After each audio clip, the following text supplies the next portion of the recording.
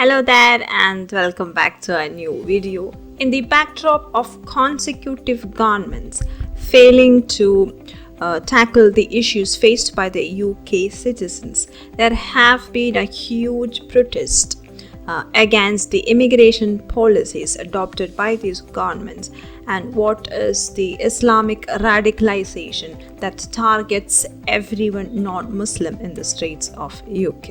The protesters demand that they want their country back, and we know that India has the highest number of immigrants going to the UK. But with these new protests and violence emerging everywhere, people are asking, is it safe and viable to move to UK anymore? To understand that, we need to understand the ground reality. This video, which is an interview of Tommy Robinson done by Jordan Peterson, becomes very important. So that's what we will react to in this video. Jordan Peterson is quite a famous psychologist, a former professor at the University of Toronto, an author and a media person. He has come under a lot of fire for his stand against the woke movement in the world right now, postmodernism, and what he calls a threat to freedom of speech and expression in Canada under Justin Trudeau. Now, Tony Robinson, which is a pseudonym for Stephen Christopher Yaxley Lennon, is a British anti-Islam campaigner and one of UK's most prominent far-right activists. I was born in Luton in 1982. Luton's a town that's 30 miles north of London. When I was born in 1982, there was one mosque. There's now 45 mosques. Okay. How big is Luton? It's 200,000 population. And how many mosques? 45. Okay. 45. Luton was named by the CIA as the epicenter for terrorist activities across Europe. The fertilizer bomb plot was planned in Luton. The 7/7 attacks, they got their bombs in Luton. The Stockholm bomber was radicalized in Luton. Terrorist attack after terrorist attack has orchestrated and come from Luton. Now, growing up in Luton, as I said, when I was born, I've seen all of this. Yeah, Al-Mujahideen, Omar Bakri, Abu Hamza, their head office. They used to have an organisation called Al-Mujahideen, who were they're now a prescribed terrorist organisation, but they never were. Their head office was in Biscuit Mill in my hometown. So growing up, I had a very life lesson of the influence of Islamist ideology and what it can do to freedom. Yeah. So growing up, he experienced the threat of radical Islam firsthand, and he has been vocal about it ever since. But for talking about it and raising awareness about what radical Islam can do to a society, he has been called a far-right extremist, whatever. And there is a lot of opposition against him and his organization, be it in the government, media, or the left wing in the country. Also, the grooming gangs, which is something we'll get onto. So my cousin was a victim at 14. She was hooked on heroin and raped. She woke up being raped by gangs of bearded men in the Muslim community. She ran naked through the streets. Now, what the police done at the time is nothing. Yeah. So I grew up watching. How old were you when that happened? I would have been 13. So she was 14. So as all this is happening, and just so people get, Luton is one of the most diverse towns in Great Britain, one of the most diverse towns in Europe. Yeah. So white English are a minority. Okay, most of the people I love are not white because I've been brought up in this community. Yeah, so as I've been brought up in our school playground, when I went to school, you had the Muslim playground and the non-Muslim playground. So I had a very quick learning, and then when you go into the school, why were they segregated? Well, they segregated themselves. The Muslims did not integrate or assimilate. So when you go into the school dinner table, just so people can picture it, you'll have whites sitting with blacks, sitting with Indians, sitting with Sikhs, sitting with Hindus, all sitting together. And in the corner, there'll be 10 tables of Muslims. Yeah. Now, I never understood it as a child. Okay. It was from when I went to high school, I just knew the Pakistanis are very different. Yeah. They're quite hostile. If you mess with one, you've declared war with the whole tribe. Yeah. There's not a fair fight. There's never a one-on-one fight. It's all gang related. And so I just grew up learning it. But that's not to say, because some of the best people I've met in my hometown were Muslim lads. Yeah. Some of the people I loved were Muslim lads. But per se, there was a real problem here. Tony Robinson here very clearly says that he is just against the radical Islamists, especially the Pakistani radical Islamist in his town. So how can he be called the far right if he is just against one community that is segregating itself and spreading violence in the streets? We have a bakery chain in Luton town centre, and every Saturday this terrorist group are there openly promoting hatred, just openly sending people to fight for the Taliban, recruiting people. So the Stockholm bomber, who was an Iraqi Muslim who come to university in Luton, was a nice young man till he come to Luton. Yeah? Then when you're vulnerable, at your most vulnerability, away from home for the first time, in university, they pounce. Yeah, that's typical cult behavior. This is what, so they pounce, and they got him, and then he went and blew himself up. Yeah. So these groups have been operating. So I organised a protest called Ban the Luton Taliban. Yeah. And I actually, I gave a presentation at Oxford University. When was that? That was 2004. So I gave a presentation at Oxford University because I made leaflets. And if you dig up the leaflet, which I'd done for my Oxford University presentation in 2004, my rhetoric has never changed, okay? So the leaflet was put as front page of our local newspaper. And what I said is, whites and blacks are being religiously and racially targeted in this town, yeah? No one's doing anything about it.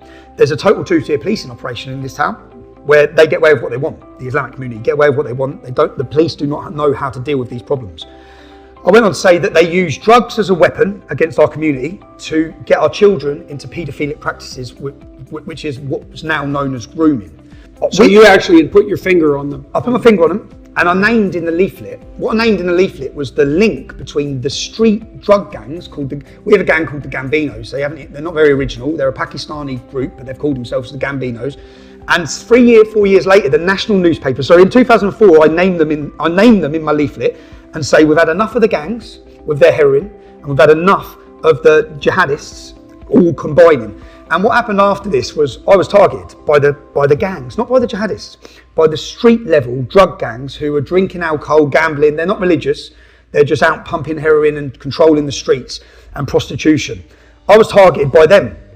Now years later, the national newspapers run a link showing the link between the Gambinos, they name them, and terrorists. They work alongside each other. And at the time, the Luton Islamic Centre, which is the main mosque of Luton, the main Salafist mosque of Luton, it's the old synagogue, ironically, before the Jews were driven out. It's the old synagogue, it's now... Oh, really? Yeah, convenient, but Kadir Bask was the leader of this mosque. Now, at the time, I then started looking at this mosque, because my friends who were Muslim had said, bruv, that's the problem. In this town, that's the problem. Yeah? So I went on their website and I translated their website, and I found a 7-page justification for women to be lashed for adultery. Yeah?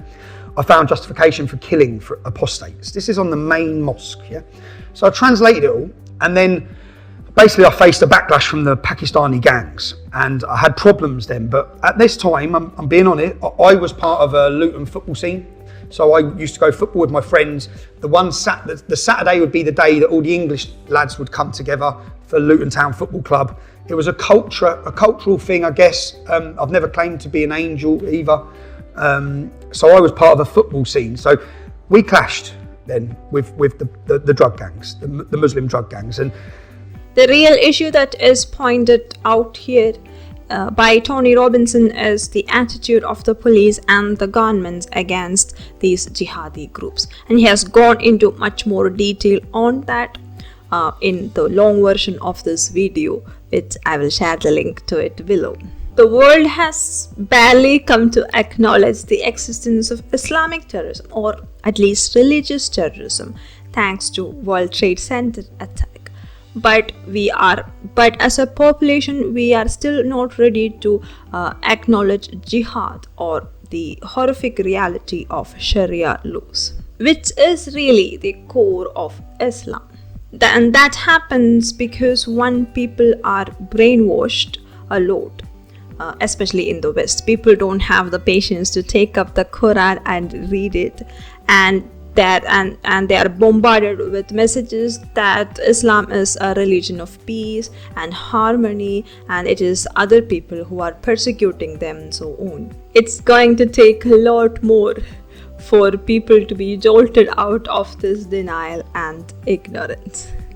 But what could follow from widespread Sharia is increased attack on girls, increased human trafficking, drug abuse, and of course mass violence and riots that can break out at any moment. The amount of girls I know who lives have been destroyed through these prostitution drug gangs, and they start off nice with the girls.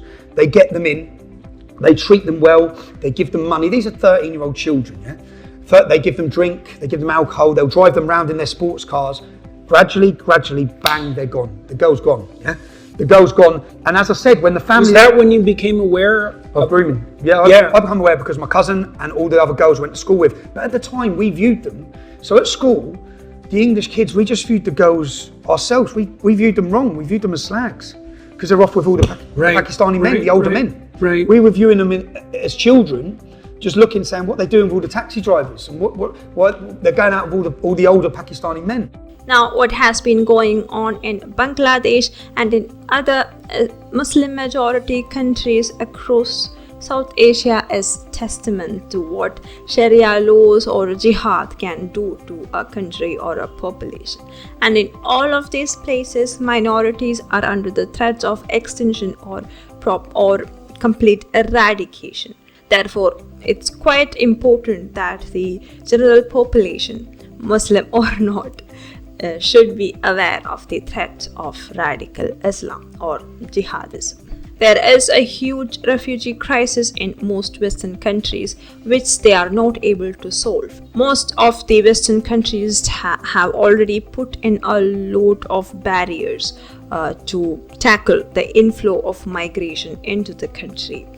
And we will see a lot more restrictions on further migration, especially for people who are not highly skilled and contributing to the economy of the country. In the coming years, it's going to be much more difficult for people in Africa or in Asia to get into any of these Western countries, especially if there is a refugee crisis.